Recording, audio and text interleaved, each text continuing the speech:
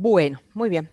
Vamos a arrancar entonces con esta segunda clase del tema estructura de elementos y compuestos en estado sólido.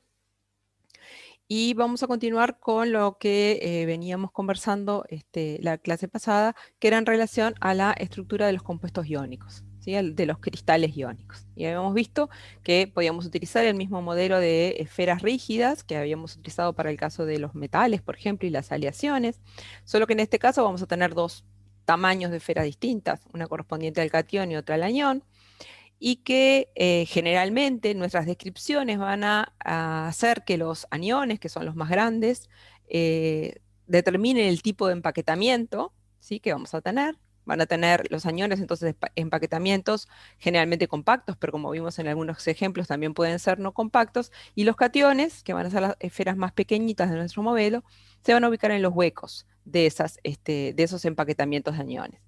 Y vimos también que de acuerdo a la fórmula del compuesto, ¿sí?, a la fórmula mínima del compuesto iónico, va a haber una determinada fracción de huecos que van a estar ocupados y otros que van a estar vacíos. Vimos qué huecos y qué fracción de ellos podían estar ocupados con algunos ejemplos de acuerdo a la fórmula del compuesto, ¿sí?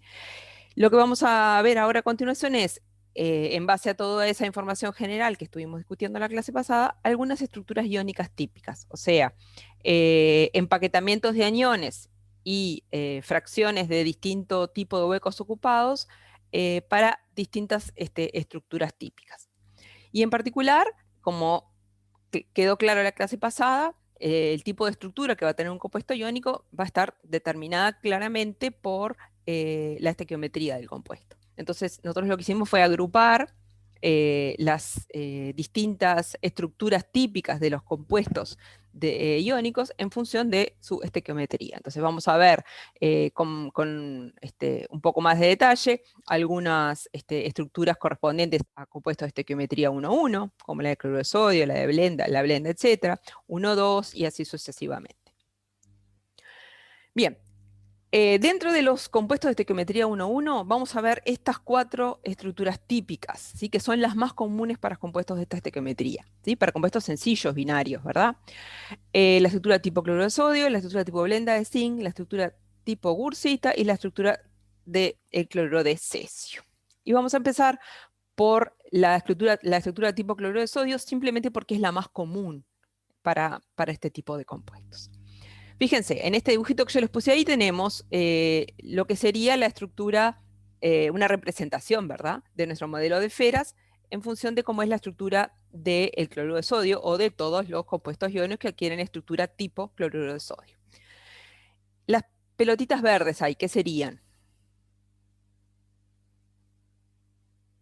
Aniones. Aniones. Serían los aniones Cloruro. cloruro en este caso, si nos refiriéramos al cloruro de sodio, y las pelotitas azules serían los cationes sodio, ¿verdad?, que son más chiquitos.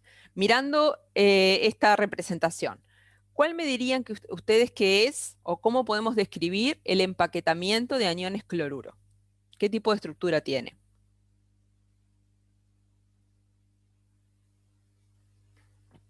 Cúbica compacta.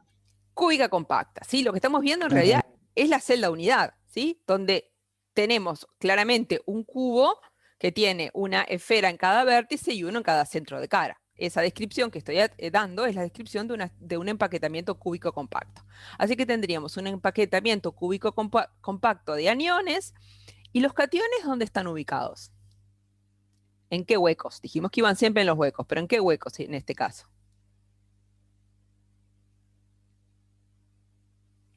¿En los octaédricos? En los huecos octaédricos, está bien. ¿Se acuerdan que los huecos octaédricos estaban ubicados en la celda unidad de la cúbica compacta? Había uno en el centro de la celda, pero había una fracción de hueco octaédrico en cada centro de arista, ¿sí? Esta es una de las aristas de la celda unidad y el catión sodio está ubicado en el centro de la arista. Y efectivamente está en los huecos octaédricos. Capaz que con esta otra representación lo podemos ver bien, porque ahí estamos viendo toda la celda unidad, ¿verdad?, donde ahora los verdes se transformaron en fucsia, o sea, los aniones cloruros serían las esferas fucsia y los cationes sodio serían las esferas más pequeñas de color verde, ¿sí? Como ustedes pueden ver, en cada centro de arista hay una esfera verde, o sea, hay un catión sodio, y hay una esfera verde que está en el centro de ese cubo, que era el otro hueco octaédrico que teníamos, ¿sí? Así que en definitiva nosotros tenemos como descripción de la estructura del cloruro de sodio una celda unidad de aniones cloruro de tipo cúbica compacta con los cationes sodio ocupando ¿qué fracción de los huecos octaédricos?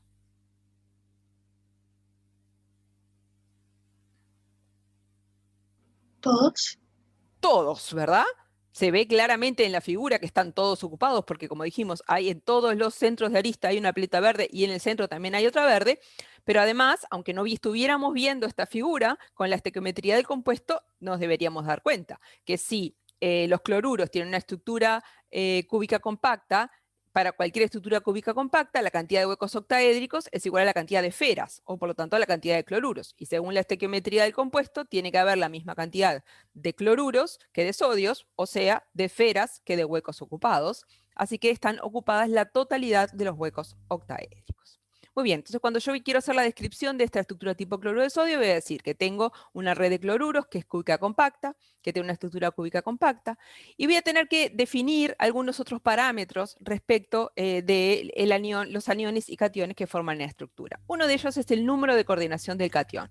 Nosotros ya habíamos visto este concepto de número de coordinación o índice de coordinación cuando hablamos de los metales, y en esos casos nos referíamos a la cantidad de esferas que estaban rodeando a una determinada, porque en esas estructuras, las correspondientes a los metales y aleaciones, todas las esferas eran iguales.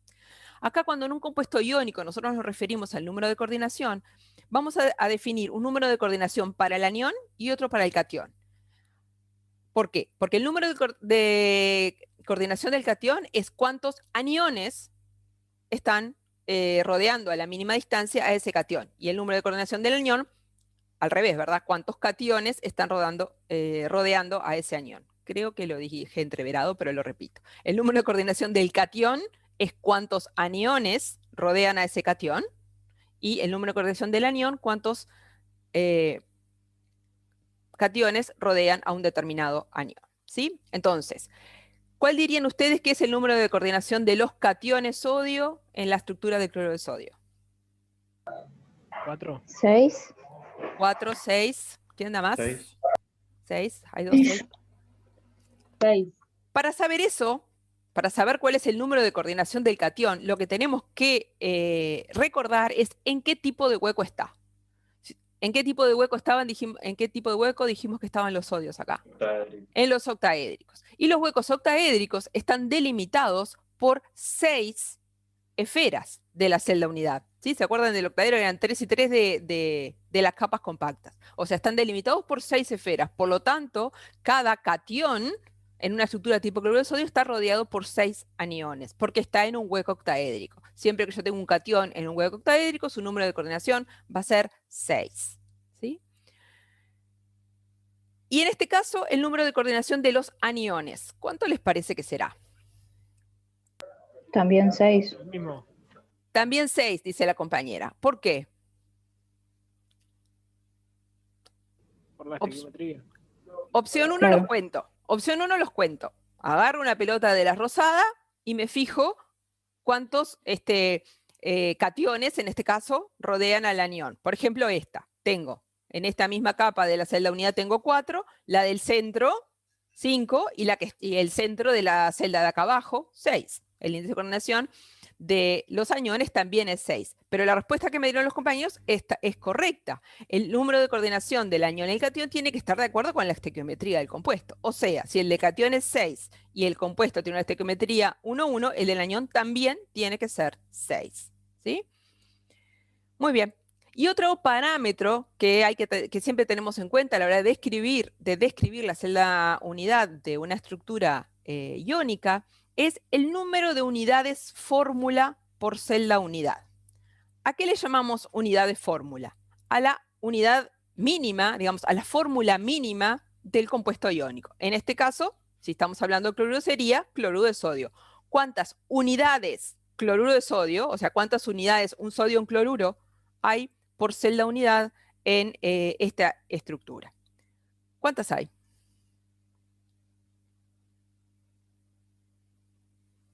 No entiendo igual que lo define, perdón, pero ¿podría repetirlo? Sí, claro. En realidad, nosotros todos sabemos que cuando decimos cloruro de sodio, para el compuesto iónico no nos estamos refiriendo a un sodio y un cloruro, sino a una red tridimensional infinita de infinitos sodios e infinitos cloruros, ¿sí? De esa red tridimensional infinita nosotros tomamos un pedacito, que es esta celda unidad. La pregunta es, ¿cuántas unidades cloruro de sodio, o sea, cuántos cloruros y cuántos sodios hay en esta unidad, en esta celda unidad de la estructura cloruro de sodio? ¿Sí? A eso se le llama cuántas unidades fórmula. Cuántos sodios y cuántos cloruros, que definitivamente va a ser igual. Por la estequiometría, ¿verdad? 4. 4 dicen por ahí. Son 3 y 3. 3 y 3, ¿qué quiere decir? ¿3 cloruros y 3 sodios? O Sí. sea, 3 unidades fórmula. Sí. Me gustó más la versión 4. ¿Cómo hago Para para...? mí 4. Ahí tenemos más votos por 4. A ver, lo que tenemos que hacer es contar o acordarnos de la cantidad de esferas, por ejemplo, que hay por celda unidad en una estructura de este tipo. Si yo tengo una estructura de tipo cúbica compacta, la cantidad de esferas totales de la estructura cúbica compacta, ¿se acuerdan que eran 4? ¿Sí? Porque cada una de las que estaba en los vértices valía un octavo, cada una que estaba en los centros de la cara valía un medio, y si yo sumaba todo eso, multiplicado por la fracción correspondiente, me daba 4. O sea, hay 4 esferas por celda unidad en una estructura cúbica compacta. Y esas esferas, para un compuesto iónico, ¿qué representan? Representan los aniones. Entonces, en una estructura de tipo cúbica compacta de aniones, hay 4 aniones. Y si hay 4 aniones, hay 4 sodios y 4 unidades fórmula. ¿Se entiende? Entonces, simplemente contando o recordando, digamos, la cantidad de esferas que hay en cada tipo de celda unidad, yo voy a poder saber la cantidad de unidades fórmula que va a haber de ese compuesto en esa celda unidad. ¿Se entendió? ¿Sí? No, yo no. Al ¿Te menos ayuda a yo no explicarlo de entendí. nuevo? Explico Sí. de nuevo. Explico de nuevo. La cantidad de... ¿se entendió lo que era la cantidad de unidades fórmula? O sea, ¿cuántos sodios y cuántos cloruros? Quiero saber. Y por lo tanto, ¿cuántas unidades cloruro de sodio? ¿Cuántas fórmulas mínimas entran en esta celda unidad? En esta que tengo puesta acá, adelante de la que estamos mirando. Entonces, ¿qué tengo que hacer yo? Las pelotas rosadas son los cloruros. Las pelotas verdes son los sodios. Opción 1, cuento cuántas pelotas rosadas hay. Esa va a ser la cantidad de cloruros que va a haber, que va a ser igual a la cantidad de sodios, sí o sí por la estequiometría, y que va a ser igual a la cantidad de unidades de fórmula. Porque por cada unidad de fórmula de cloruro de sodio hay un cloruro. ¿Hasta ahí me siguen? Sí. ¿Sí? Entonces cuento las pelotas rosadas. Cada una de las que están en los vértices de la celda unidad, ¿sí? Por un octavo, ¿no? Están compartidas con 8 celdas unidades y por lo tanto valen un octavo. ¿Sí? Así que tengo 8 vértices por un octavo, ahí voy, una esfera. Después tengo en los centros de cara. Cada centro de cara está compartido por 2 celdas unidades, por lo tanto cada centro de cara vale un medio, porque solo la mitad es de esta celda. Tengo 6 centros de cara por un medio, me da 3, más la otra que tenía, 4. Hay 4 pelotas rosadas en esta celda unidad. Por lo tanto, hay 4 cloruros, porque dijimos que las esferas rosadas correspondían a los cloruros, a los aniones. Si hay 4 cloruros, sí o sí hay 4 sodios, aunque no los cuente, y sí o sí hay 4 unidades cloruro de sodio por celda unidad. ¿Ahora sí? Espectacular. Ese conteo que acabo de hacer de las esferas, lo podemos hacer cada vez, o podemos acordarnos que en la estructura de cúbica compacta hay 4 esferas por celda unidad. Lo que les haga más feliz, ¿tá? Pero igual es bueno saber contar, ¿sí? Porque nosotros vamos a ver estas que son estructuras típicas, pero hay otras estructuras en las que yo miro y digo, esto no es una estructura típica, y tengo que saber contar las esferas para poder después sacar todos estos datos que estamos viendo, ¿tá? Muy bien. En esta otra figura que les muestro acá, es exactamente la misma que la anterior, solo que en vez de haber una sola celda unidad de cloruro de sodio, ¿sí? Hay varias. ¿Sí? Está un pedazo más grande de la red. Fíjense, acá arriba las esferas verdes serían los cloruros, como dice la referencia.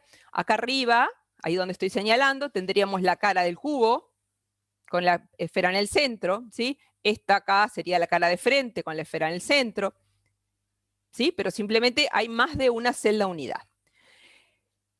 Fíjense si ahora, en vez de mirar los cloruros, se nos ocurre mirar los sodios, que son las pelotitas grises. Y fíjense acá lo que pasa. Miro esta pelotita gris, esta y esta y esta. Y fíjense que forman parte de la cara también de un cubo, ¿sí? Que tiene un sodio, en este caso, en cada vértice y uno en cada centro de cara. Esta sería la cara de arriba del cubo, esta sería la cara del costado, acá está la del centro. Y fíjense dónde quedan las verdes. Si yo miro las verdes respecto a las grises, están ubicadas en los huecos octaédricos, o sea, en los centros de arista de esa estructura de sodios. En definitiva, mi descripción de que yo tengo una estructura cúbica compacta de aniones cloruro con la totalidad de los huecos ocupados por cationes sodio, también la puedo hacer diciendo que tengo una estructura cúbica compacta de cationes sodio con los aniones cloruros en los huecos octaédricos, ¿sí? ¿Por qué? Porque en este caso tengo una estructura que es totalmente simétrica y lo que yo tengo son dos redes cúbicas compactas interpenetradas, una adentro de la otra. Y por lo tanto, la descripción que hago para uno de los iones me vale totalmente para el otro. ¿Tá? Quería mostrarles esto porque van a ver qué pasa en varias de las estructuras típicas iónicas que vamos a ver hoy. Y además porque, de alguna manera, más allá de lo que ya discutimos respecto al índice de coordinación del anión y el cation, respecto a la estequiometría del compuesto, esto nos reafirma que si yo puedo considerar que tengo el anión cloruro en un hueco octaédrico de una estructura de sodios, obviamente su índice de coordinación va a ser 6. ¿Sí? Muy bien. Profe, Diga. tengo una duda. Sí. En base a cómo sé yo qué huecos son, o sea, cómo me di cuenta a qué huecos pertenece. ¿Cómo te das cuenta? Mirando la estructura, no hay muchas opciones. ¿Se acuerdan que nosotros ubicamos la clase pasada en qué lugar de la celda unidad había qué tipo de huecos? ¿Sí? En el centro de la arista siempre son los octaédricos. Exacto, en el centro de la arística y en el centro del cubo siempre son octaedros. Si fueran tetraédricos, que ahora vamos a ver los ocupados, estarían todos del lado de adentro, abajo de cada vértice. Los veríamos así, abajo de cada vértice. Pero la opción es esa, es mirar genial. la celda unidad. Gracias. De nada. Bueno, acá tenemos un listado simplemente de algunos de los compuestos iónicos binarios que tienen estructura tipo cloruro de sodio. Los haluros de los alcalinos, los hidruros de los alcalinos, óxidos y sulfuros de los elementos del grupo 2, algunos haluros de plata, entre otros muchos, ¿sí? Porque es de las estructuras más comunes de compuestos de este tipo. Bien, pasemos a otra estructura, en realidad menos común, pero si quieren, la más característica de una interacción típicamente iónica. ¿Por qué digo eso? Porque en esta estructura, en la estructura cúbica, en la estructura tipo cloruro de cesio, los cloruros, que acá estarían representados por las pelotas naranjas, están formando ¿qué tipo de estructura? Cúbica simple se llamaba. Cúbica simple se llamaba, exactamente, cúbica simple. La descripción de la celda unidad es un cubo que tiene una esfera en cada vértice, o punto reticular en cada vértice. Y nada más, no hay más nada. Y acá dentro de esta pelota, la pelotita rosada fucsia sería el catión cesio en la estructura del cloruro de cesio. ¿Sí? Entonces, si quisiéramos hacer para la estructura de tipo cloruro de sodio la misma descripción que hicimos para el cloruro de sodio, diríamos que tenemos una estructura de la red de cloruros, dijimos, cúbica simple, ¿verdad? Estamos de acuerdo en eso. Las esferas naranjas están formando una estructura de tipo cúbica simple. Y la estructura de la red de cesios, imagínensela. ¿No escuché? Que sería la misma también. También cúbica simple, dice la compañera, y tiene razón. Vamos a ver si nos damos cuenta por qué. Fíjense, si nosotros extendiéramos esto tridimensionalmente, aquí arriba había otra celda unidad que tendría como centro otra esfera fucsia, acá al costado otra que tendría una esfera fucsia, acá al costado otra, y así sucesivamente. O sea, las esferas fucsias también nos quedarían formando una estructura cúbica simple. En este caso también tenemos, y al igual que en el caso de la estructura tipo cloruro de sodio, dos estructuras cúbicas simples interpenetradas con una estructura iónica totalmente simétrica, ¿sí? De aniones y de cationes. ¿Cuál es el número de coordinación de los cationes en una estructura tipo cloruro de cesio? 8. 8. ¿Por qué 8? ¿Por qué 8? Me pueden contestar porque lo estoy viendo ahí y tendrían toda la razón. Cada esfera de estas fucsias está rodeada por 8 esferas naranjas. La respuesta que yo esperaba escuchar es porque el catión está ubicado en un hueco cúbico, en el hueco cúbico que es el que tiene este tipo de estructuras. La estructura tipo cloruro de cesio es una estructura que no es compacta, la red de aniones no es compacta, es una red cúbica simple y el único hueco que hay ahí es un hueco cúbico que está delimitado por los vértices de un cubo y por lo tanto tiene un índice de coordinación 8 para el catión, el hueco cúbico. ¿Y el índice de coordinación del anión?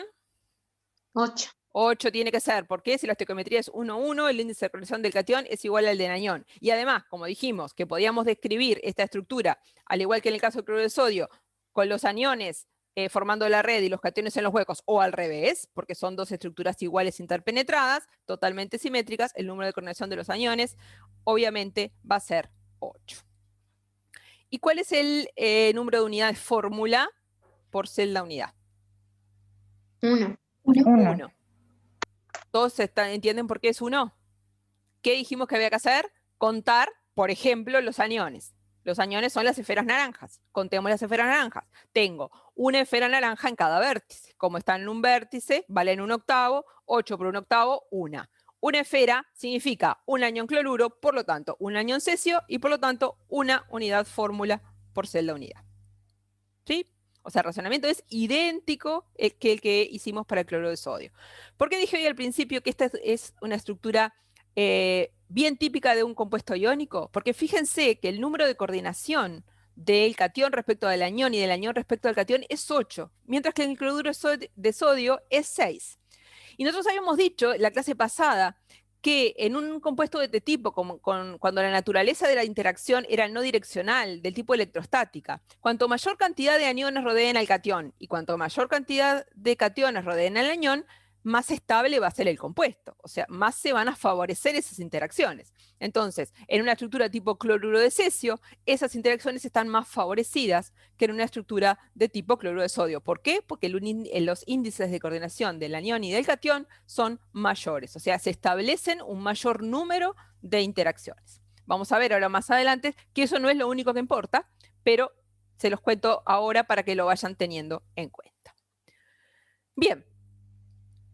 Compuestos con estructura de tipo cloruro de cesio. Todos los haluros de cesio, excepto el fluoruro, los de talio y los de amonio. Si nosotros miramos estos ejemplos, vemos que los compuestos que tienen estructura de tipo cloruro de cesio tienen generalmente cationes relativamente grandes. Fíjense, cesio, talio, amonio, ¿sí? Y eso en realidad está de acuerdo con lo que habíamos visto en la clase pasada, que en un hueco cúbico era un hueco que ocupa casi el 50% de la estructura cúbica simple, ¿sí? Porque la estructura cúbica simple tenía un porcentaje de ocupación que era un 52%. O sea, hay un 48% de esa estructura que está vacía y que está, en definitiva, ocupada, si quieren, por el hueco cúbico. Entonces, un catión que se ubique en ese hueco tan grande tiene que ser un catión relativamente grande. Muy bien. Otra estructura de estequiometría 1,1. La estructura de la blenda del zinc. La blenda de zinc.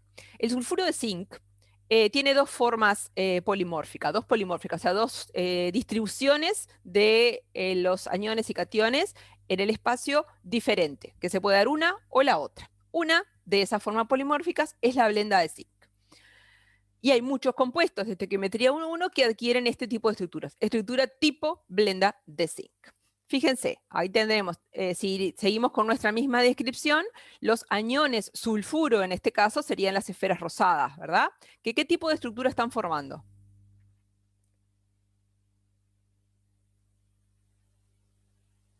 Cúbica central en las caras. Cúbica central en las caras o cúbica compacta, como le quieran llamar, ¿sí? Recuerden que esos son sinónimos. Cúbica central en las caras es lo mismo que decir cúbica compacta. Tienen una estructura cúbica centrada en las caras, con una esfera en cada uno de los vértices y una en cada de las centros de la cara, igual que el cloruro de sodio. Así que la red de aniones en este caso es igual. ¿Y los cationes zinc? ¿Dónde están ubicados? En los huecos tetraédricos. En los huecos tetraédricos, exactamente. Hoy la compañera me preguntaba cómo me doy cuenta. Y sí, me doy cuenta de que abajo de cada vértice y delimitado por un vértice y 3 centros de caras adyacentes, siempre hay un hueco tetraédrico. Entonces, cuando yo tengo los cationes metidos totalmente en esas posiciones dentro de la celda unidad cúbica compacta, están en un hueco tetraédrico, definitivamente. ¿Y qué fracción de huecos tetraédricos están ocupados? ¿La mitad? La mitad, sí, la mitad. Recuerden que, como la red de aniones es una estructura compacta, la cantidad de huecos tetraédricos que hay es el doble que la cantidad de esferas. Pero la estequiometría del compuesto dice que la cantidad de aniones y la cantidad de cationes tiene que ser la misma, ¿sí? Porque en el sulfuro de zinc hay un sulfuro por cada zinc, o un zinc por cada sulfuro, como lo quieran ver. Por lo tanto, del doble de huecos que podrían ocuparse, del doble de huecos tetraédricos, solamente está ocupada la mitad para cumplir con la estequiometría del compuesto. De los 8 que hay, solo se van a ocupar 4 huecos tetraédricos. Y se ocupan en forma alternada, ¿sí? Como ven, se ocupa este y no este de acá al lado, sino el cruzado y este y el cruzado. Eso, de alguna manera, le da una estabilidad mejor a esta estructura cristalina. ¿Sí? Una pregunta. Sí. Ahí, por ejemplo, en la pelotita abajo a la izquierda habría otro hueco, digamos, que es el que no se llena. Acá. Porque está. Sí, Abajo o a la izquierda puede... sí, ahí ponele. Sí, hay otro. Ahí habría otro, ¿no? Abajo, cada vértice y 3 centros de caras adyacentes delimitan un hueco tetraédrico. Acá hay uno que está vacío, ¿sí? Acá al lado de esta hay otro que está vacío. El de abajo de este vértice no está. Y el de abajo de este tampoco está. Y el de este tampoco. Gracias. ¿Tá? De los 8 posibles, hay 4 ocupados. ¿Está? ¿Por qué eso? Por la estequiometría del compuesto. El número de coordinación, entonces, de los cationes zinc, porque están en un hueco tetraédrico, y los huecos tetraédricos están delimitados por 4 esferas, es 4, ¿sí? O sea, el índice de coordinación del catión es 4. El índice de coordinación del anión también es 4. ¿Cómo sé eso? Porque si la estequiometría es 1, 1, el índice de coordinación del anión es igual al del catión. Y si no, cuento. Agarro una pelota rosada y cuento. Acá tengo un catión, otro catión, y voy a tener lo mismo exactamente acá abajo. Un catión y otro catión que van a pertenecer a la celda unidad de abajo. ¿Sí? El número, entonces, de coordinación del anión y del catión son 4. Y la cantidad de unidades de fórmula por celda unidad también son 4. ¿Cómo sé eso? Contando. Cuento las pelotas, o me acuerdo de memoria, que si la red de aniones es cúbica compacta, ¿sí? Para una celda unidad de una estructura cúbica compacta hay 4 esferas. Si hay 4 esferas, por lo tanto hay 4 aniones, sulfuro, 4 cationes zinc, 4 unidades fórmula por celda unidad. ¿Sí? Muy bien. Algunos ejemplos de compuestos que cristalizan en la estructura tipo blenda de zinc, los haluros de cobre 1, por ejemplo, los sulfuros de cadmio y mercurio, por ejemplo, también. Muy bien. Yo les dije que se acuerdan que el sulfuro de zinc tenía 2 formas alotrópicas. Una era 2 polimorfos. Una era la blenda del zinc y otra es esta otra que se llama gursita. ¿Sí? La gursita también es una estructura típica porque hay muchos compuestos iónicos que cristalizan con este tipo de estructura, ¿sí? Que es idéntica a la de la blenda, excepto que los aniones, que acá son las pelotas amarillas, en vez de estar en un empaquetamiento cúbico compacto, ¿en qué tipo de empaquetamiento están? Hexagonal. Hexagonal compacto, exactamente. Están en un empaquetamiento hexagonal compacto. Pero el resto es todo igual.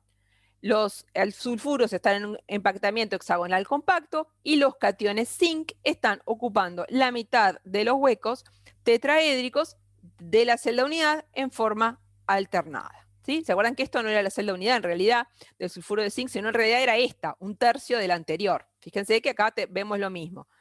La celda unidad donde están las amarillas serían los aniones sulfuro, que están en los vértices de ese paralelepípedo, y además hay una que está en el interior, y los grises serían los cationes zinc, que están ubicados en la mitad de los huecos tetraédricos. ¿Cómo me doy cuenta que están en los tetraédricos? Porque me tengo que acordar dónde estaban los huecos tetraédricos en esta celda unidad. ¿Se acuerdan que había 2 por cada arista? Está este y este acá está vacío, está este y este vacío, y lo mismo en las aristas, y después siempre había un hueco tetraédrico en el centro y otro había dos en el centro, ¿verdad? Este, que está ocupado, y uno que va acá, ahí donde tengo la flechita, que está vacío. O sea, idéntico Una que en el pregunta. caso de la blenda. Sí, ¿El hueco tetraédrico en el centro de qué? ¿De la arista de abajo? No entendí muy bien.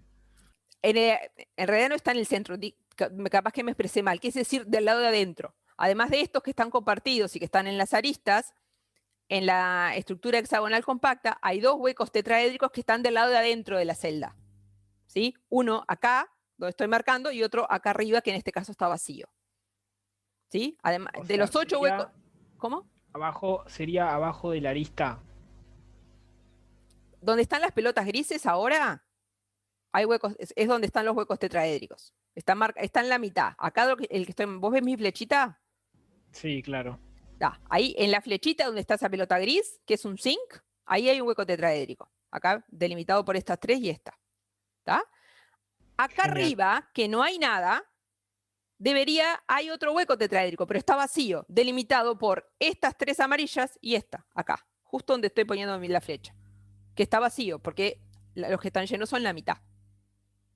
Genial. Gracias. ¿Sí? Y lo mismo lo de las aristas. En las aristas hay uno acá y otro acá que está vacío. Uno acá y otro acá que está vacío.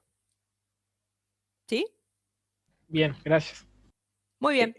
Una pregunta. Sí. ¿Cómo me doy cuenta perdón la pregunta, pero ¿cómo me doy cuenta que es geometría hexagonal? ¿Cómo es hexagonal compacto? Porque En realidad, mirando la celda unidad. ¿Sí? En esta, de repente, era más fácil de darse cuenta, porque la celda unidad es claramente un hexágono, un prisma de base hexagonal, que era lo que habíamos visto nosotros, que podría representar a una estructura de tipo hexagonal compacta. ¿Sí? Pero que en realidad la mínima era un tercio de eso.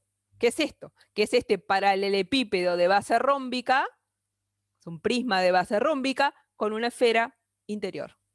Esa es la descripción de la celda unidad de una estructura hexagonal compacta. ¿Cómo me doy cuenta? Acordándomelo, no tengo más chance. Una pregunta. Sí, En este caso serían solo dos esferas. por celda unidad, sí. Sí, gracias. Bien, el número de coordinación de los cationes, como están en huecos tetraédricos, es 4. El número de coordinación de los aniones también es 4, porque tiene que cumplir la estequiometría del compuesto. Y el número de unidades fórmula por celda unidad es 2, por lo que me decía el compañero recién. La cantidad de esferas por celda unidad para una hexagonal compacta es 2. Por lo tanto, hay 2 sulfuros, 2 zinc y 2 unidades fórmula por celda unidad. ¿Sí? El conteo es el mismo de siempre. Las del vértice por 1/8 y la del centro 1, ¿verdad? Así que tengo 1/8 por 8 es 1, más la del medio 2. 2 esferas por celda unidad, por lo tanto, 2 aniones sulfuro, 2 cationes zinc, 2 unidades fórmula. Y ahí tenemos algunos ejemplos de compuestos que cristalizan con este tipo de estructura. Muy bien. Pasemos ahora a los compuestos de estequiometría 1, 2. ¿Sí? Vamos a ver las estructuras de la fluorita y la antifluorita, la del rutilo y las estructuras de cloruro de cadmio y ioduro de cadmio. En realidad, todo debería decir estructura tipo fluorita y antifluorita, tipo rutilo y tipo cloruro de cadmio y ioduro de cadmio, igual que vimos en el caso de las 1. Bien, la descripción que vamos a hacer es exactamente la misma y el razonamiento idéntico al que venimos haciendo hasta ahora. Y vamos a ver primero la estructura de la fluorita, ¿sí? Que es una estructura típica del fluoruro de calcio y por eso se llama tipo fluorita. Es la alquidro del cloruro de calcio. En esta estructura de la fluorita, la descripción que se suele hacer de la estructura es diferente, opuesta, si quieren, a la que hacemos habitualmente. En la estructura de la fluorita se puede describir como que los cationes calcio están formando una red cúbica compacta, que serían las pelotas amarillas, los cationes calcio, y los aniones fluoruro, que serían las pelotitas verdes, están ubicados, ¿dónde? En los Los tetraédricos. huecos tetraédricos. En la totalidad de los huecos tetraédricos. Como yo les decía hoy, cuando tengo las pelotas abajo de cada vértice, tengo una pelotita verde, están ocupando la totalidad de los huecos tetraédricos. Y tiene que ser así para cumplir la estequiometría del complejo. Porque en una estructura compacta, por cada esfera hay 2 huecos tetraédricos. O sea, si la esfera es el calcio, por cada calcio tiene que haber 2 fluoruros. O sea, tienen que estar todos los huecos tetraédricos ocupados, ¿sí? Esta descripción que de alguna manera es más sencilla de hacer, si venimos con el mismo razonamiento que de las demás, pero al revés, o sea, los calcios formando la estructura y los fluoruros en los huecos, en realidad no es muy realista por el problema de los tamaños, ¿sí? Pero nos sirve igual porque nos describe las posiciones relativas del anión y el catión, que es lo único que nos importa a nosotros, ¿tá? ¿Cuáles son las posiciones relativas del anión y el catión? Pero si la quisiéramos hacer de la misma forma que veníamos hasta ahora, pensando en redes de aniones, ¿sí? Si ustedes miran ahí la estructura de Florita, ¿cómo es la red de aniones? Las pelotitas chicas verdes. Cúbica simple. Cúbica simple, exactamente. La red de aniones es cúbica simple. Y fíjense que en realidad en esta celda unidad que estamos considerando ahí, esa red de aniones cúbica simple tiene su hueco cúbico vacío. Porque acá en el medio de esta celda unidad no hay nada, ¿sí? Pero en realidad, si nosotros viéramos varias celdas unidad de estas, tendríamos esta descripción, ¿sí? Donde ahora las pelotas grises son los aniones fluoruro, que forman una estructura cúbica simple, y los cationes calcio se ubican en el hueco cúbico de celdas alternadas. No están todas ocupadas las celdas por el catión calcio, ¿sí? Sino una sí, una no, una sí, una no.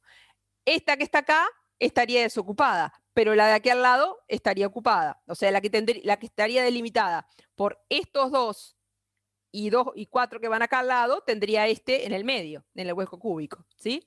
O sea, esta que tenemos acá sería esta que está vacía, pero la de al lado estaría llena y el catión del centro sería este.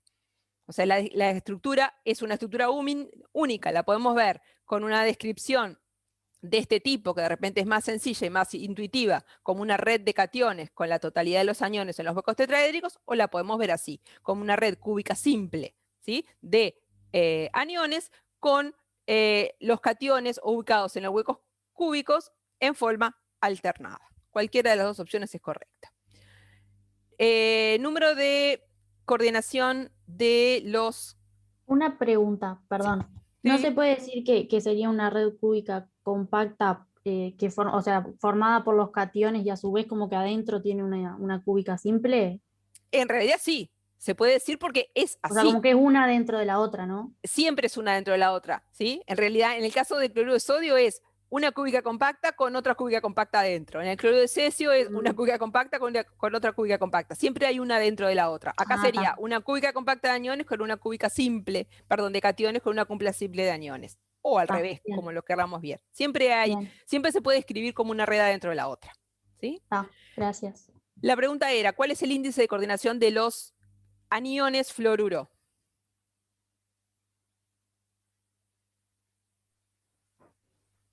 ¿Dónde dijimos que estaban los aniones, las pelotitas verdes? Ya 4. 4, ¿verdad? Porque están en los huecos tetraédricos, ¿sí? Ocupaban la totalidad de los huecos tetraédricos en esta descripción. O sea, índice de coordinación de los aniones fluoruro, 4. Índice de coordinación de los aniones de los cationes calcio, 8. 8. Sí, Por estequiometría. exactamente. Fíjense, primero por la estequiometría y segundo porque si miramos esta otra descripción, los calcios habíamos dicho que estaban en el hueco cúbico, así que su índice de coordinación es 8. O sea, por las dos razones, por supuesto, por cómo es la estructura y por supuesto la estructura está de acuerdo con la estequiometría, ¿sí? Entonces, si tenemos una estequiometría de tipo 1, 2, el índice de coordinación del catión y el anión también tiene que ser 1, el doble que del otro, ¿sí? Bien, un número de unidades de fórmulas por celda unidad.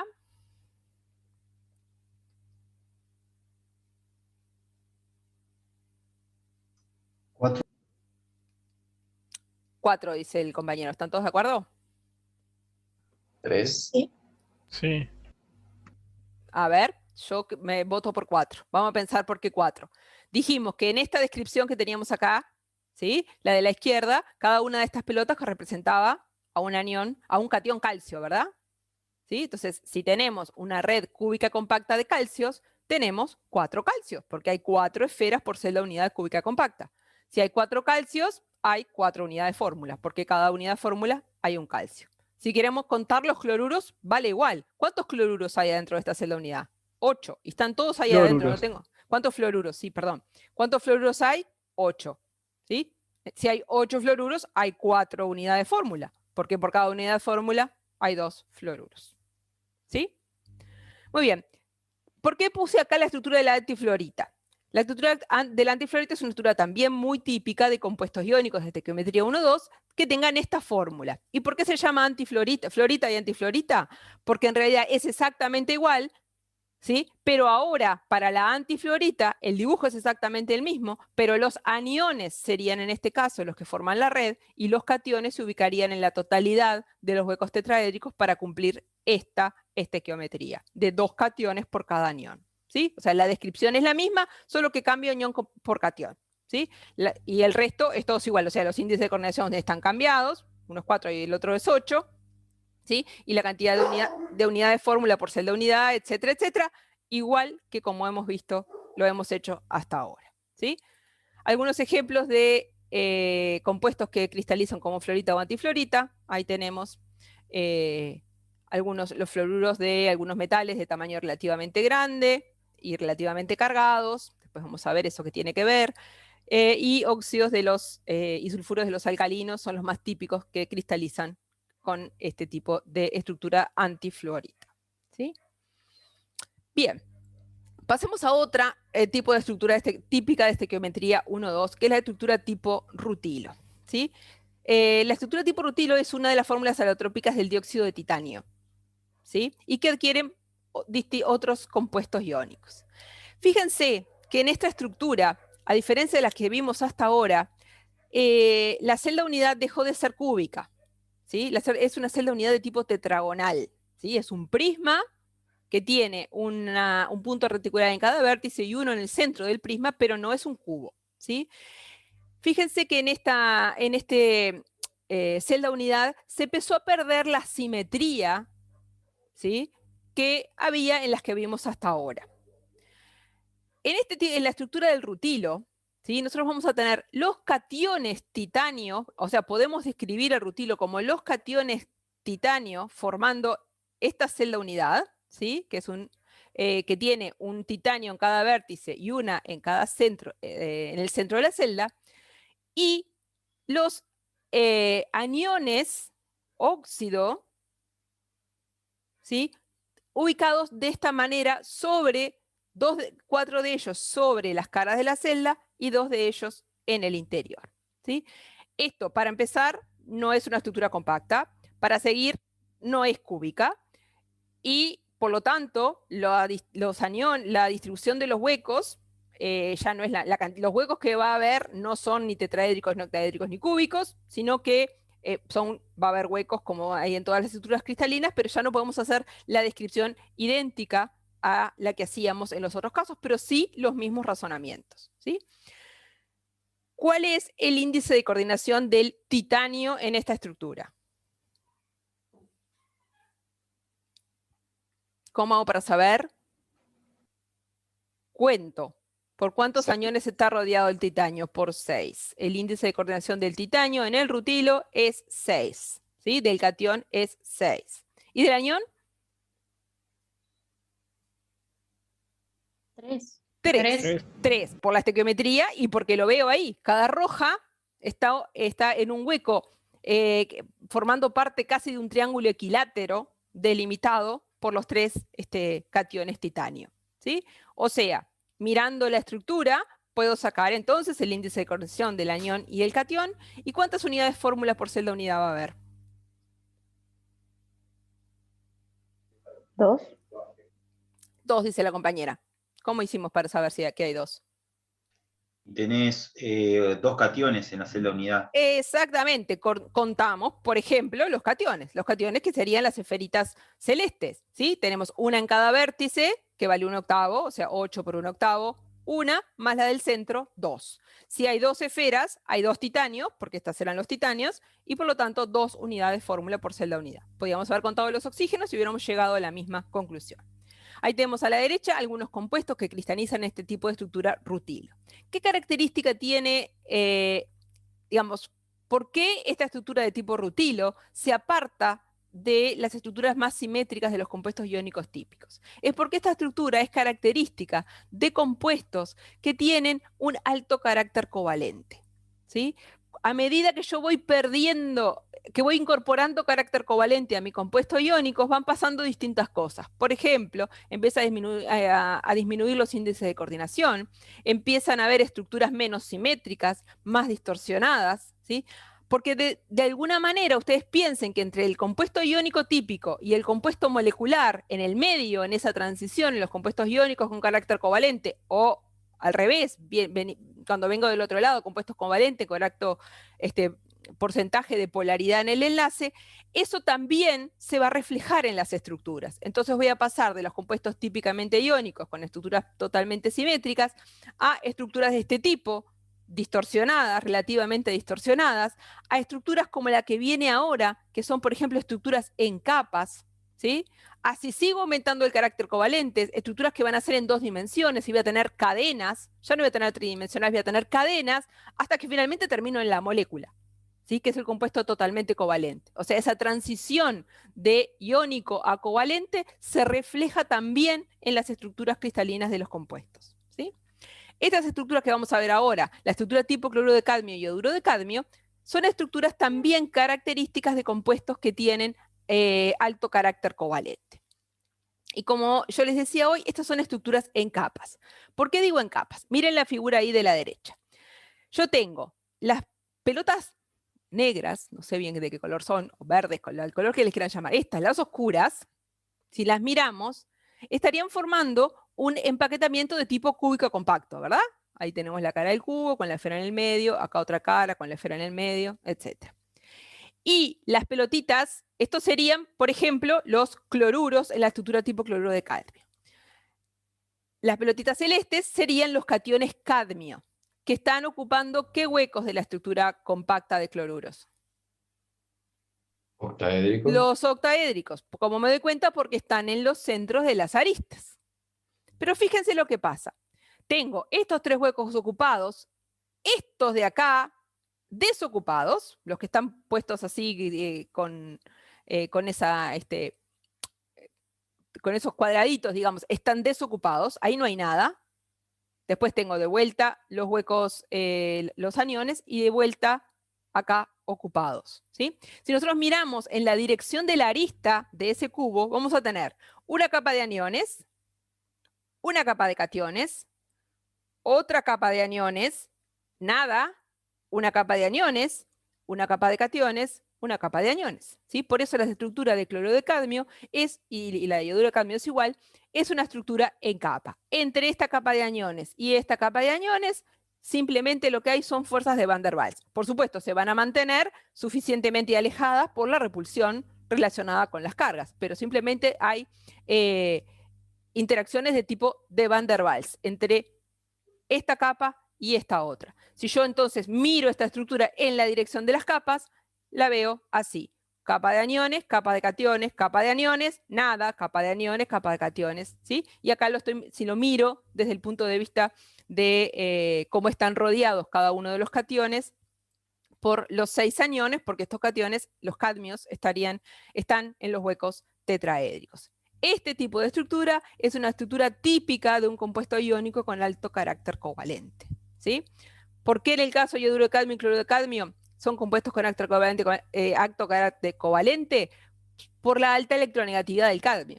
Piensen dónde está el cadmio en la tabla periódica para que vean que va a ser bastante más electronegativo que un alcalino o un alcalino terrio, ¿sí? Muy bien. ¿Qué diferencia tiene una estructura tipo cloruro de cadmio de una tipo ioduro de cadmio? Que en la estructura tipo ioduro de cadmio, la red de ioduros es, en vez de ser cúbica, es hexagonal. Pero lo que ocurre es exactamente lo mismo, ¿sí? La ocupación de los huecos octaédricos también se da de esta manera en capas, ¿sí? Muy bien. En definitiva, vimos que para poder de alguna manera racionalizar el tipo de estructura cristalina que puede tener un compuesto iónico, teníamos que tener en cuenta la fórmula, sobre todo el compuesto iónico, ¿sí? La fórmula mínima.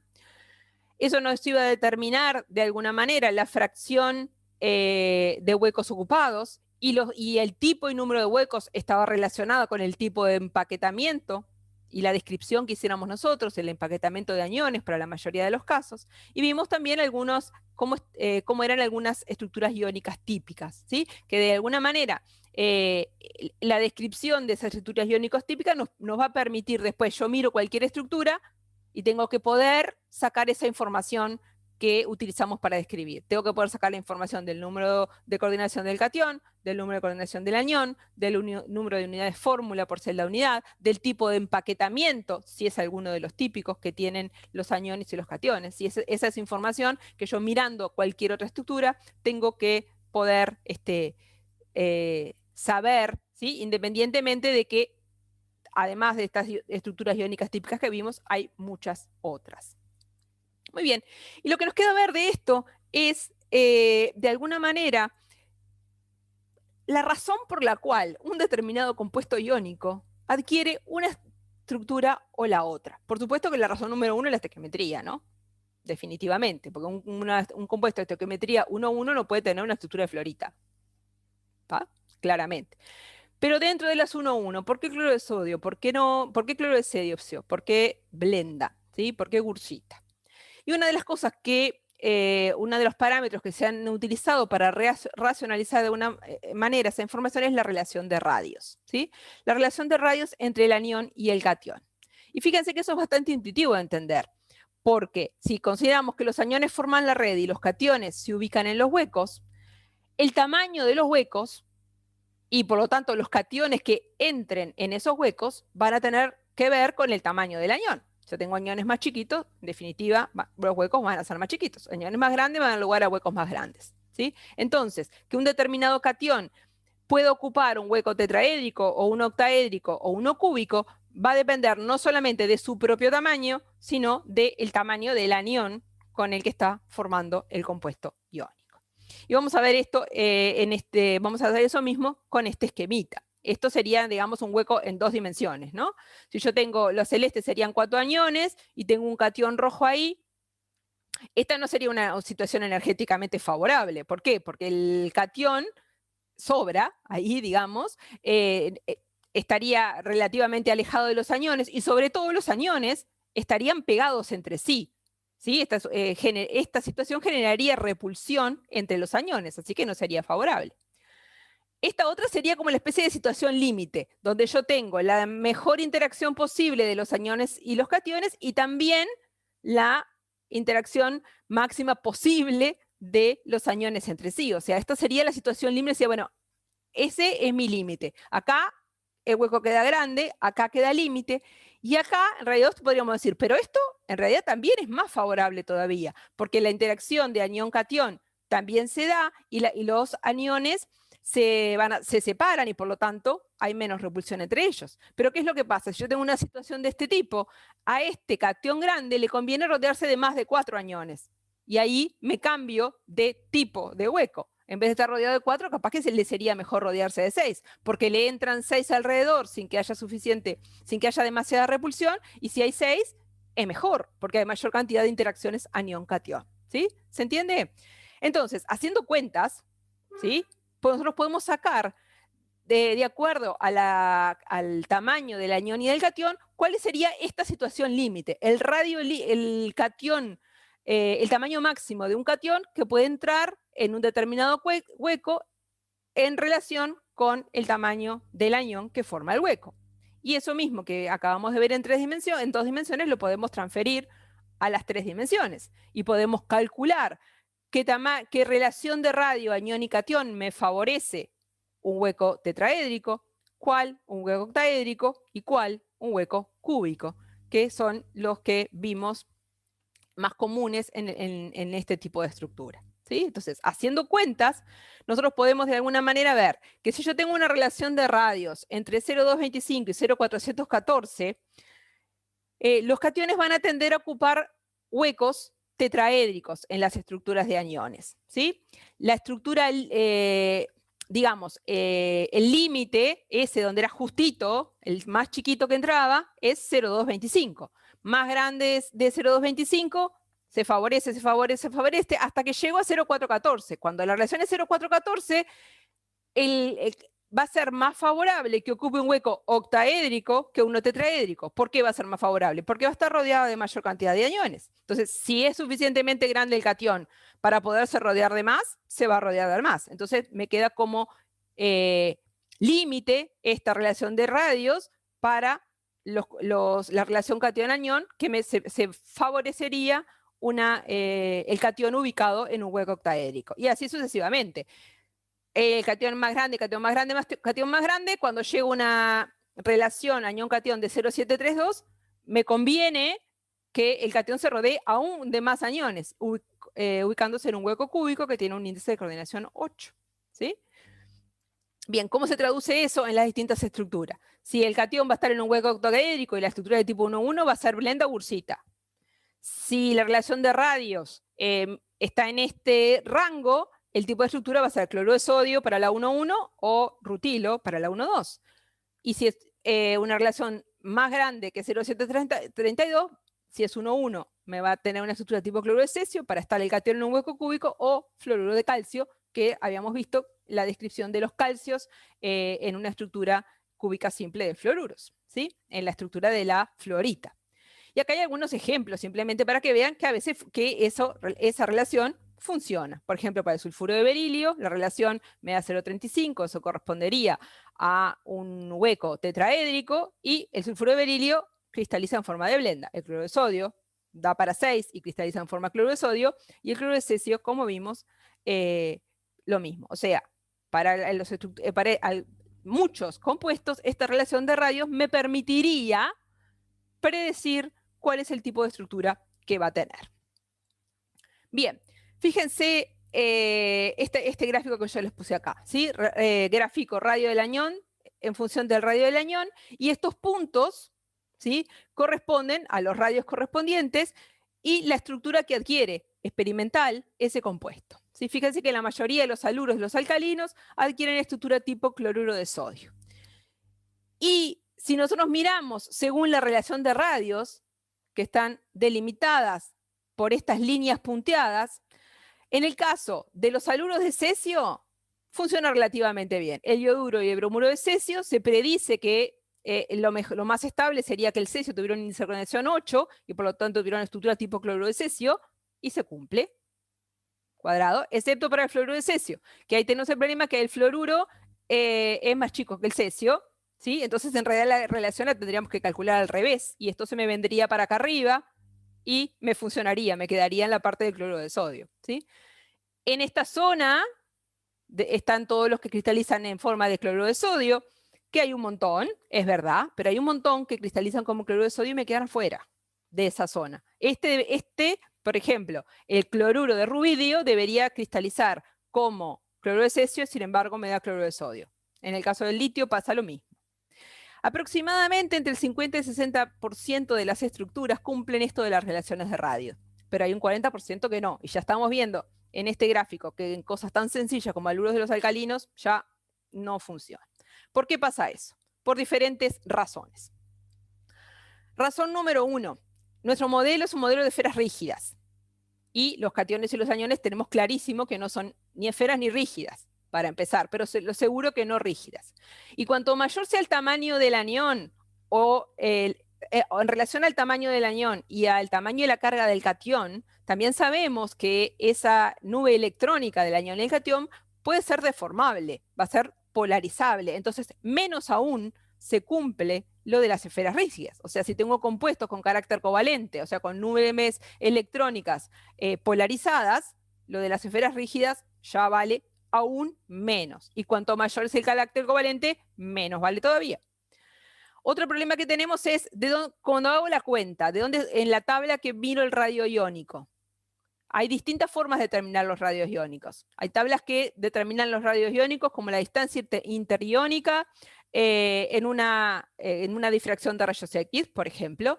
Hay otros que tienen radios iónicos que están calculados teóricamente. Y cuando yo tengo un compuesto cuya relación de radios está en la relación límite, según como yo calcule la relación de radios, como pasa en este ejemplo, el ioduro de litio me queda del lado de coordinación 4 y del lado de coordinación 6.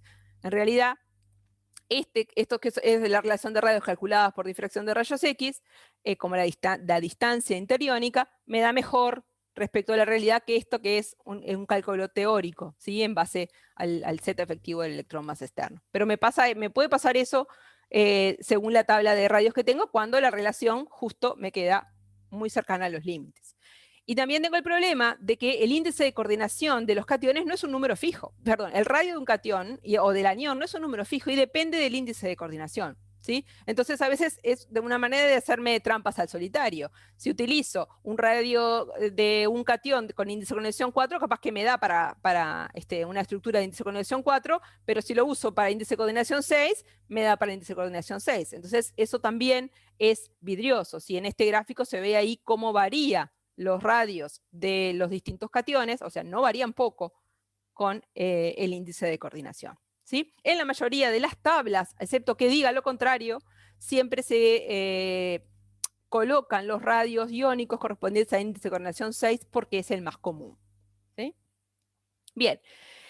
Y dijimos que entonces el carácter covalente era una de las principales razones por las cuales el modelo de la relación de radios no siempre funcionaba, ¿sí? Y en este gráfico lo que vemos, de alguna manera estamos queriendo considerar ese carácter covalente a través de ver la diferencia de electronegatividad de los átomos. Entonces tenemos en este gráfico la relación anión-catión de radios en función de la electronegatividad.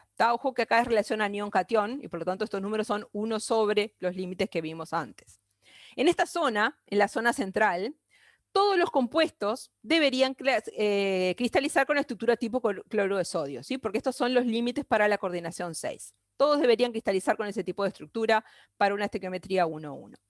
Y fíjense, aquí hay muchos que sí, que serían los circulitos vacíos. Muchos cristalizan. Muchos que cristalizan con la estructura caen fuera de esa zona. Pero lo más importante de esto es, si nosotros miramos esa distribución en función de la electronegatividad, vamos a ver que cuando tengo bajas diferencias de electronegatividad, que puedo relacionar con alto carácter covalente, porque cuanto más diferencia de electronegatividad, más iónico es el compuesto. Si tengo bajas diferencias de electronegatividad, o sea, mayor carácter covalente, más dispersión hay de la estructura cloruro de sodio. O sea, fíjense que de acá, en esta zona que tengo marcada, la cantidad de circulitos es muy baja. La mayoría cristaliza con un catión con índice de coordinación 4. O sea, una estructura sería de tipo blenda, aunque la relación de radios me da para cloruro de sodio. Y eso está determinado por el carácter covalente, ¿sí? Estos compuestos de baja diferencia de electronegatividad tienen alto carácter covalente, por lo tanto, sus nubes electrónicas están deformadas y lo que entra o deja de entrar en los huecos empieza a no tener, digamos, un asidero en la realidad, ¿sí? Además de la diferencia de electronegatividad, que claramente de alguna manera da cuenta del enlace covalente, otros autores hacen este tipo de gráficos que de alguna manera muestran cómo haciendo una corrección por carácter covalente la cuestión mejora, digamos. La cuestión de la relación de radios mejora respecto a si solo lo considero como esferas rígidas. Y lo que está graficado acá es el promedio del número cuántico principal de los orbitales de valencia, ¿sí? Que de alguna manera mide el tamaño del átomo, ¿sí? Porque el N, el número cuántico principal del orbital de valencia, tiene que ver con si el átomo es más grande, el ion en este caso es más grande o más chico, en función de la diferencia de electronegatividad, ¿sí? Entonces, fíjense que ahora me quedan unas olas bastante mejor delimitadas, ¿sí? Los que tienen estructura tipo cloruro de cesio son los compuestos más iónicos. ¿Se acuerdan que yo les decía hoy? Se tratan de rodear de la mayor cantidad de vecinos de otra carga posible, ¿sí? Acá los tenemos los mayores diferencias de electronegatividad, y a su vez son los que tienen mayores tamaños, porque en ese tipo de estructura, tipo cloruro de cesio, el hueco es muy grande, y por lo tanto para que sea una estructura estable, el catión también tiene que ser grande. Después tenemos toda esta zona donde están los compuestos de estructura tipo cloruro de sodio, ¿sí? Con electronegatividad, con diferencias de electronegatividades medias, digamos, de bastante iónicos a menos iónicos, y también tamaños medios, y a medida que disminuye el tamaño del catión, o sea, voy a tener un catión más polarizante, por ejemplo, voy a tener compuestos con mayor carácter covalente, y además diferencias de electronegatividad más chicas, empiezo a tener estructuras con índice de coordinación más bajo como blenda y gursita. Pero considerando entonces el carácter covalente, no solo visto desde la diferencia de electronegatividad, sino también visto del tamaño del anión y catión, se me delimitan mejor las zonas donde voy a tener un tipo de estructura u otra. Muy bien, antes de terminar con la parte de compuestos iónicos, decirle que no todos son compuestos binarios en la vida, y podemos tener compuestos con aniones que no sean monoatómicos. Ahí les puse yo el ejemplo del carburo de calcio o el nitrato de sodio, ¿sí? Que de todas maneras se pueden tratar igual. Aunque el anión no sea monoatómico, fíjense que en el carburo de calcio yo puedo tener una estructura de calcios de tipo cúbica compacta y los aniones carburos ubicados en los huecos octaédricos. O puedo hacer una misma descripción para el nitrato de sodio que tiene esta celda tetragonal, ¿sí? Y ahí tenemos los aniones nitratos planos ocupando huecos en esa celda, ¿sí? O sea, la descripción que vimos para estos compuestos sencillos binarios vale para cualquier compuesto iónico. Y también vale para cualquier molécula. En realidad, cuando yo tengo el dióxido de carbono sólido, el hielo seco, fíjense, yo veo ahí que tengo las moléculas de dióxido de carbono. Ahora las esferas no van a ser átomos, sino van a ser moléculas. Las moléculas de dióxido de carbono formando una estructura cúbica compacta, una red cúbica compacta, en este caso de esferas todas iguales, que corresponderían a cada una a una molécula de dióxido de carbono, y que están interactuando entre sí por fuerzas, interacciones de tipo London, ¿sí? Porque el dióxido de carbono es una molécula apolar, y por lo tanto una molécula y la otra interaccionan por fuerzas de London, que son no direccionales, y por lo tanto cada una de esas moléculas de dióxido de carbono va a tratar de ubicarse en el espacio de la forma de que interactúe lo más posible con el mayor número de vecinos posible, por ejemplo, en una estructura compacta como esta. Y de lo que vimos al principio, ¿verdad? Hay que tener cuidado cuando empieza a aparecer direccionalidad en el enlace. En las moléculas de agua ustedes podríamos pensar, ¿y por qué las moléculas de agua no tienen también una estructura compacta como las del dióxido de carbono? Y la razón es porque la interacción entre una molécula de agua y la otra, las interacciones más fuertes son las de los enlaces de hidrógeno. Y los enlaces de hidrógeno son direccionales. Entonces, la direccionalidad del enlace de hidrógeno me fija las posiciones de las moléculas de agua en el espacio, ¿sí? Entonces no se van a amontonar todo lo más que puedan, ¿sí? Están fijas por la direccionalidad del enlace de hidrógeno y dan lugar a este tipo de estructuras que ya vimos el otro día y sobre las que vamos a volver, que tiene el hielo, esta estructura con canales hexagonales, ¿sí? Y el mismo razonamiento lo puedo hacer para una red covalente, ¿sí? En una red covalente yo tengo la posición de los átomos está determinada de nuevo por la direccionalidad del enlace covalente. En el diamante, por ejemplo, cada átomo de carbono está rodeado por 4 vecinos y cada átomo de carbono tiene una hibridación sp3, ¿sí? Los vecinos entonces van a estar en una geometría octaédrica y eso está determinado por la hibridación de cada átomo de carbono. Esto quiere decir que la estructura del diamante yo no la puedo describir con los mismos criterios que estuve describiendo la estructura hasta ahora. Sí, puedo. ¿Por qué? Porque si yo miro en realidad cómo me quedan distribuidas en el espacio, en la celda unidad del diamante, fíjense que esto se parece a la estructura de la blenda, solo que no hay anión y catión, sino que son todas esferas iguales, ¿sí? O sea, tengo una celda unidad cúbica compacta con huecos alternados tetraédricos, huecos tetraédricos ocupados en forma alternada. Parece la blenda, pero con todas esferas iguales. O sea, puedo utilizar el mismo tipo de descripción que utilicé para los compuestos iónicos, también en muchos casos para las redes covalentes. Que de alguna manera es lo que vamos a hacer en estos últimos minutos que nos queda de clase con el estudio de los silicatos. Bien, ¿por qué vamos a estudiar en particular los silicatos como ejemplo de red covalente? Y en este tema, y justo en el tema de estructura, por su enormísima variabilidad estructural. Nosotros vamos a ver 3 ejemplos locos y ya esos ejemplos les van a mostrar la gran variedad estructural que tiene. Además de la importancia desde todo punto de vista que tienen los silicatos, ¿sí? La abundancia de los silicatos, como yo les decía la otra vez, los silicatos están en casi todo lo que nos rodea, desde todos los suelos, las rocas, la arena, y además sus usos industriales, su valor desde el punto de vista industrial también es enorme, ¿sí? Entonces, vale la pena, de alguna manera, detenernos un poquito en estas redes en particular, ¿sí? Que son las redes de los silicatos. Desde el punto de vista estructural, ¿sí? Las propiedades, como vamos a ver ahora, y como pasa en todos los compuestos, ¿no? En todos los sólidos, dependen fuertemente, ¿sí? De su estructura, ¿sí? Y los silicatos son sólidos, son piedras, ustedes la tienen ahí. Entonces, cosas como el color o la capacidad de pegar que tiene el cemento, o la dureza, o otras propiedades que tiene, por ejemplo, el talco, todo eso está relacionado con la estructura cristalina que tienen los silicatos y la gran variabilidad de componentes que tienen los silicatos. Bien, pero empecemos por el principio. Los silicatos, ¿sí?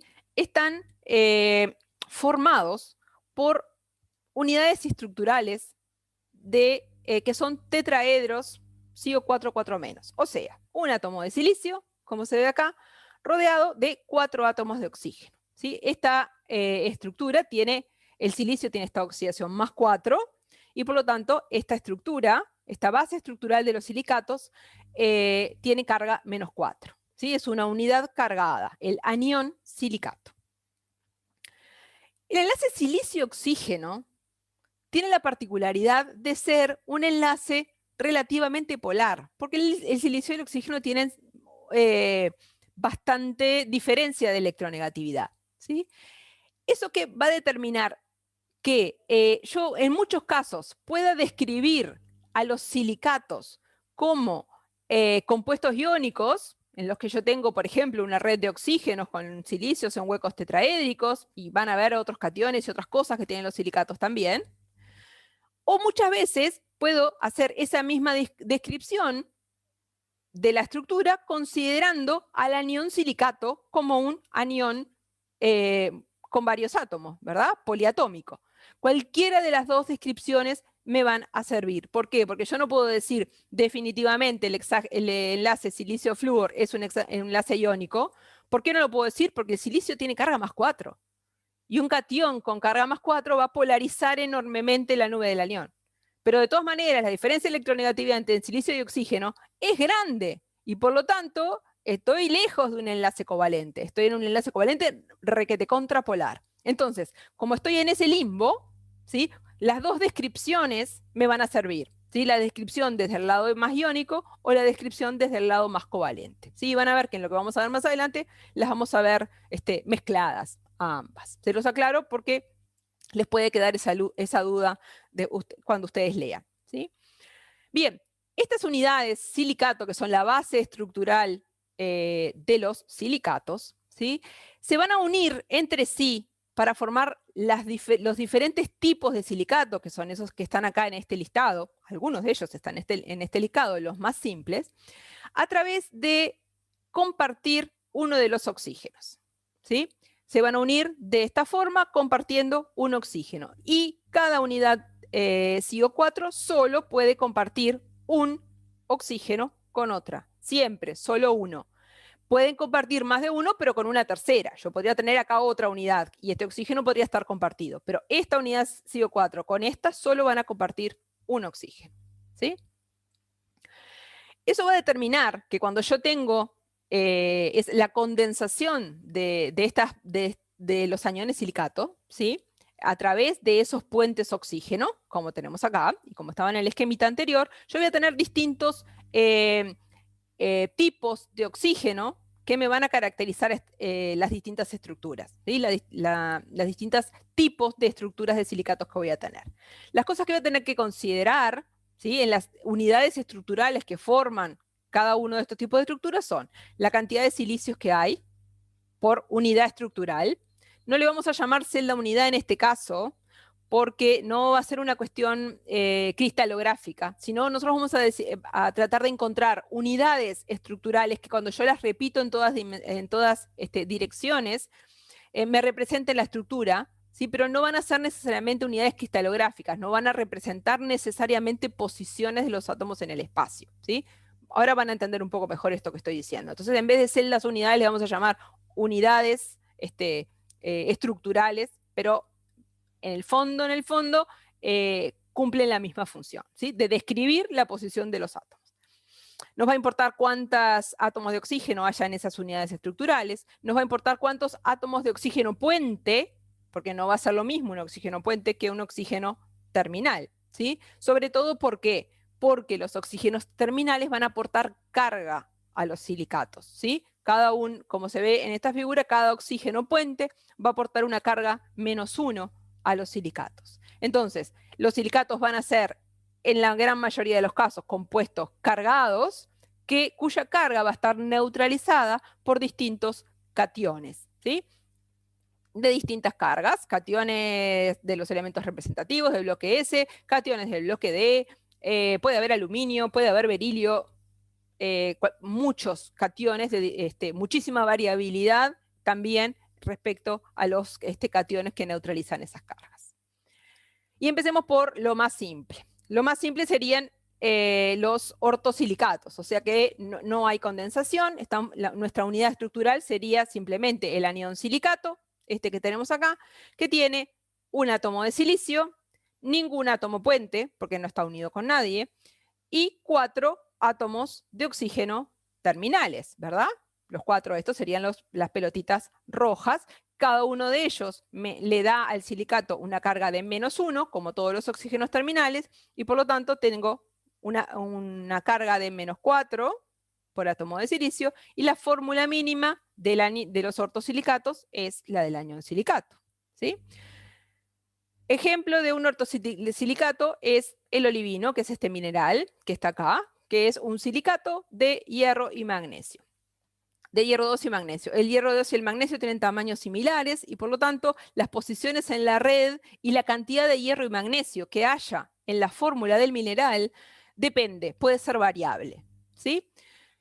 Este ortosilicato lo podemos describir desde el punto de vista de la estructura como una red hexagonal compacta de oxígenos que tienen los silicios, que serían las pelotas fucsias en este dibujo, en los huecos tetraédricos, y los hierros y los magnesios en huecos octaédricos.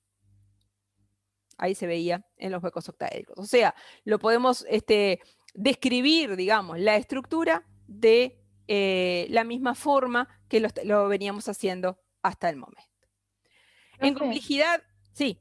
una pregunta, yo si veo esa fórmula del olivino, ¿tengo que saber que es un ortosilicato viéndola así nada más? Mirando esta fórmula o Sí. mirando el dibujo de la estructura. No, la fórmula. Mirando la fórmula, sí. Porque en realidad todos los ortosilicatos van a tener el anión silicato y cationes. O sea, tiene que haber CO4 y otros cationes. ¿Qué es lo que hay acá? CO4 y otros bien. cationes. ¿Sí? Si me ibas a preguntar si veo esto, ¿me tengo que dar cuenta de todo eso que yo describí de la estructura? La respuesta es no. No tengo cómo. ¿Sí? Si les quiero me lo acuerdo, pero también puedo ir a mirarlo en un libro. ¿Sí? No tengo cómo darme cuenta, porque son estructuras demasiado complejas para que yo te pida que mires esto y vos cuentes ahí los aniones, los cationes, es prácticamente imposible. ¿Sí? Bien, pero sí gracias. saber que el olivino y cualquier cosa que tenga una fórmula como esa, CO4 cationes, va a ser un ortosilicato, la respuesta es sí. ¿Está? Bien, gracias. Muy bien. En complejidad le siguen a los ortosilicatos los pirosilicatos, donde ahí sí tenemos condensación de 2 unidades CO4 a través de un puente de oxígeno. La condensación, lo vamos a ver con más detalle en otras partes del curso, se da por calentamiento y deshidratación, ¿sí? En una reacción de este tipo, ¿sí? Vamos a tratar de contar y ver estos parámetros que de alguna manera representan a la unidad estructural de pirosilicato, que sería esta que tenemos ahí, ¿sí? En esta unidad estructural tendríamos 2 átomos de silicio, ¿verdad? Tenemos 2 CO4 pegados de esa manera. 2 átomos de silicio. Un oxígeno puente, que es ese que acabo de marcar ahí, ¿sí? Entonces, la cantidad de oxígenos puente por átomo de silicio es 1/2. Un oxígeno puente por cada 2 átomos de silicio, 0,5 como dice acá, 1/2. Y después los oxígenos terminales, ¿sí? Que serían este y lo mismo abajo. Voy a tener 6 oxígenos terminales. 6 oxígenos terminales en total, pero por átomo de silicio, 3. Por cada átomo de silicio hay 3 oxígenos terminales, dando un total de 3,5 átomos de oxígeno totales por átomo de silicio. ¿Y la carga? ¿Cómo la calculo? La carga la calculo mirando los oxígenos terminales. Los oxígenos terminales eran los que aportaban cargas. Si tengo 6 oxígenos terminales, te voy a tener una carga de menos 6. Menos 6 por cada 2 átomos de silicio. Por cada átomo de silicio, 3. ¿Sí? En definitiva, ¿cómo saco la fórmula general de un pirosilicato? Por cada 2 átomos de silicio, porque podría poner por cada átomo de silicio, pero me quedaría fracción, me quedaría fea la fórmula mínima. Sabemos que la tenemos que escribir con números enteros. Entonces, por cada átomo de silicio hay 3,5 oxígenos, o sea, por cada 2 hay 7. Y la carga, menos 6, porque por cada átomo de silicio menos 3, por cada 2 menos 6. ¿Sí? Entonces, esta es la fórmula del anión correspondiente a los pirosilicatos. La pregunta es, si yo veo este tipo de anión con neutralizada la carga con cationes, tengo que saber si es un pirosilicato. La respuesta es sí. Por ejemplo, lo que pasa acá en la ilbaíta. La ilbaíta, además, es un pirosilicato, pero como ven, no solo tiene cationes neutralizando la carga, sino tiene otros aniones. Eso lo van a ver y es una cosa muy común y que ocurre en muchos otros silicatos. Pero no ignoramos. Nosotros si tengo un anión de este tipo, 2 silicios, 7 oxígenos, entonces es un pirosilicato.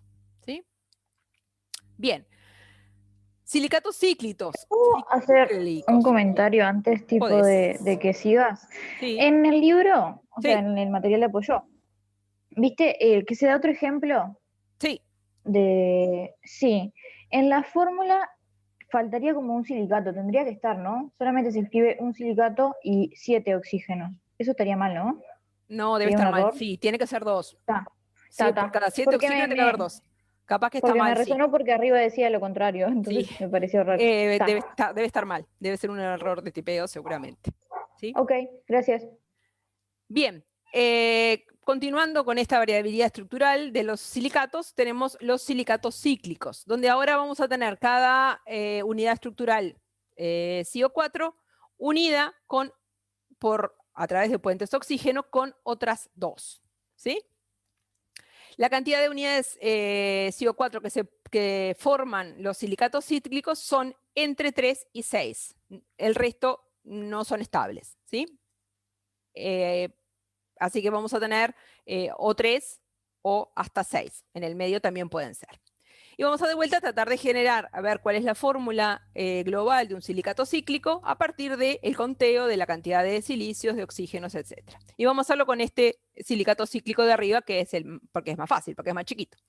Número de silicios, 3, porque tengo 3 unidades que se están uniendo. Número de átomos de oxígeno puente, también 3. O sea, oxígenos puente por átomo de silicio, 1. 3 oxígenos puente por cada 3 silicios. Oxígenos terminales, tengo 6. 2 por cada unidad. O sea, 6 oxígenos terminales por cada 3 átomos de silicio. Por lo tanto, oxígenos terminales por átomo de silicio, 2. En total, 3 átomos de oxígeno totales por átomo de silicio. ¿Sí? ¿Qué pasa con la carga? La carga me la dan de vuelta los oxígenos terminales. Tengo 6 oxígenos terminales, o sea, una carga de menos 6 dividida entre 3 silicios. O sea, menos 6 dividido 3, menos 2 es la carga por átomo de silicio. En definitiva, para ese silicato que yo tengo ahí, la fórmula sería esta. 3 silicios, ¿sí? 9 oxígenos, porque hay 3 oxígenos por cada silicio, y los podemos contar acá, ¿no? 2, 4, 6, 7, 8, 9. 9 oxígenos por cada silicio y la carga menos 6 que me aportan los oxígenos terminales. Si yo quiero transformar esto en una fórmula general, miro acá. Por cada silicio, 3 oxígenos totales y eso lo multiplico por N, porque pueden ser desde 3 hasta 6, dijimos. N. Y la carga lo mismo. Menos 2 por cada átomo de silicio. Si tengo N acá, menos 2N. Y esa es la fórmula general de un silicato cíclico. Muy bien. Ejemplo de silicatos cíclicos, por ejemplo, los berilos, que es una familia de silicatos que tienen como importancia desde el punto de vista industrial, que son una fuente importante de berilio, la fuente fundamental de berilio de la naturaleza. Fíjense, acá se ven los ciclos de 6, ¿sí? Y vamos a tener los átomos de berilio en huecos tetraédricos y los de aluminio en huecos octaédricos, como se ve ahí.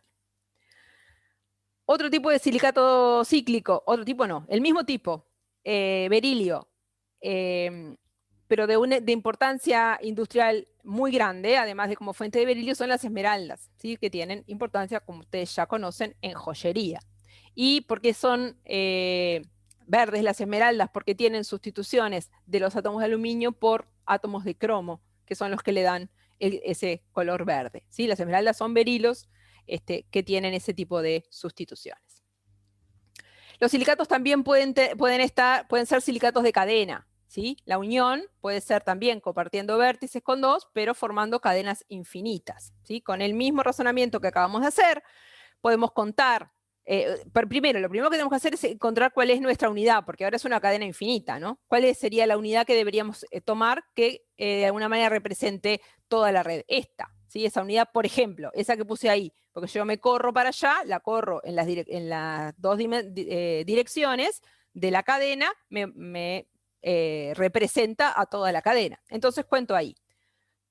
La cantidad de silicios son 2, porque son 2 estructurales. La cantidad de átomos de oxígeno puente, acá tengo que tener cuidado, porque este oxígeno puente es todo de mi unidad fórmula, pero este oxígeno puente está compartido, así que vale 1/2. ¿Sí? Así que en realidad la cantidad de oxígenos puentes que tengo es 1, 1,5, 2. 2 oxígenos puente por cada 2 silicios, o sea, 1 por silicio. Y a ver si los oxígenos terminales, sí, son todos de mi unidad estructural, y por lo tanto voy a tener 4 oxígenos terminales por cada 2 átomos de berilio, que a su vez me aportan una carga de -4, ¿sí? Que me da, en definitiva, esta fórmula mínima. Por cada átomo de silicio, 3 oxígenos, pero eso n veces, ¿sí? Y la carga -2 veces el número de átomos de silicio. Ejemplos, acá en esta diapositiva lo que quería mostrarles es simplemente, hagan ustedes el ejercicio, es que si yo tomo esta unidad estructural y cuento ahí, o tomo esta otra unidad estructural que me planteé acá y cuento acá, la fórmula mínima a la que llego es la misma, porque este de acá es un múltiplo de este otro, ¿sí? Entonces, yo tengo que elegir bien mi unidad estructural de forma que me represente todo el silicato, ¿sí? Pero hay varias posibles y puedo elegir cualquiera de ellas, y si lo hago bien, me va a dar bien igual. Ejemplos de silicatos de este tipo, los piroxenos de silicatos en cadena. Ahí tenemos distintos cationes neutralizando la carga, y también otros aniones tienen hidruros. Estas cadenas que vimos recién, también puede estar unida una cadena con otra, formando lo que se llama un silicato de cadena doble, ¿sí? Como este tipo. Cuando el ciclo que se forma es de 6, el silicato de cadena doble se llama anfíbol. Cuando es de 6, pero puede ser de otro número, porque eso depende de cómo sea cada una de las cadenas. Cuando es de 6, es un anfíbol. Con el mismo criterio que hicimos hasta ahora, yo me tengo que elegir una unidad estructural que me represente toda la cadena, por ejemplo esa. ¿Cómo sé que me la representa? Porque si la corro para arriba, me queda el mismo dibujito. Lo mismo si la corriera para abajo, ¿sí? Y ahora cuento. Número de átomos de silicio, número de átomos de silicio puente, recuerden que estos están compartidos, valen 1/2. Número de átomos de silicio terminales, ¿sí? Exactamente como venimos haciendo hasta el momento, para llegar a la fórmula mínima de un silicato en cadena o de un anfíbol. Ahí tenemos las cadenas de la termolita, que es un anfíbol. Fíjense que cumple la fórmula mínima que acabamos de ver, ¿sí? Y dentro de los anfíboles, algunos de gran importancia industrial son los asbestos, ¿sí? Que se han utilizado como aislantes térmicos y eléctricos durante muchísimos años. Son un poco tóxicos, finamente debidos, ven que esto parece como un vidriecito. son relativamente blandos y se desprenden son fibrosos, y esas fibras que se desprenden son tóxicas para las vías respiratorias, entonces se han dejado de usar un poco por esa razón, porque era bastante tóxico para la gente que sobre todo que trabajaba en la generación de ese tipo de aislantes. Bien, con el mismo criterio podemos tener silicatos laminares, que son iguales a los de cadena doble, solo que ahora se extienden en 3 direcciones, que van a terminar teniendo esta fórmula que ustedes tienen ahí. Hagan el ejercicio de llegar a la fórmula. Si no llegan, me preguntan y lo pensamos de nuevo entre todos. Yo les marqué ahí una unidad estructural para que tuvieran cómo guiarse, pero ustedes pueden elegir la que quieran. Tiene que ser una que cuando yo la muevo en cualquier dirección, me quede adentro del rectángulo siempre el mismo dibujito, siempre. ¿Sí? Bien, y desde el punto de vista industrial, estos silicatos laminares son muy relevantes porque forman parte del mineral llamado talco, que todos conocemos, ¿sí? Como son en capas, miren, acá tenemos las capas de oxígenos, las capas de silicio, algunos cationes que neutralizan la red. Esas capas son las que se deslizan una sobre otra en el talco para dar las propiedades del talco que todos conocemos, ¿sí? Por último, silicatos tridimensionales también hay, o sea que se comparten en este caso todos los oxígenos, todos están compartidos. Los silicatos tridimensionales son la sílice, que tiene 2 formas alotrópicas. El cuarzo es esta que tenemos acá, pero hay otras. También podemos contar los oxígenos para que nos dé la fórmula que todos conocemos de la sílice. Y dentro de los silicatos tridimensionales, algunos tienen sustitución de los átomos de aluminio, de los átomos de silicio por algunos átomos de aluminio. Eso modifica la carga, por supuesto, porque cambia un silicio 3 por un silicio 4 por un aluminio 3, y se forman lo que se llaman los aluminosilicatos, que también son de gran importancia industrial. ¿Sí? Bien, para terminar, solo decirles que la mayoría de esto que vimos en la clase de estructura está en el capítulo 2, ¿sí? Pero en el capítulo 4 está la parte de aleaciones, ¿sí? Así que la pueden ir a bichar ahí. Terminamos por hoy. Disculpen que me pasé unos minutitos, pero más vale terminar este tema, si podemos arrancar ya ácido base para la próxima. No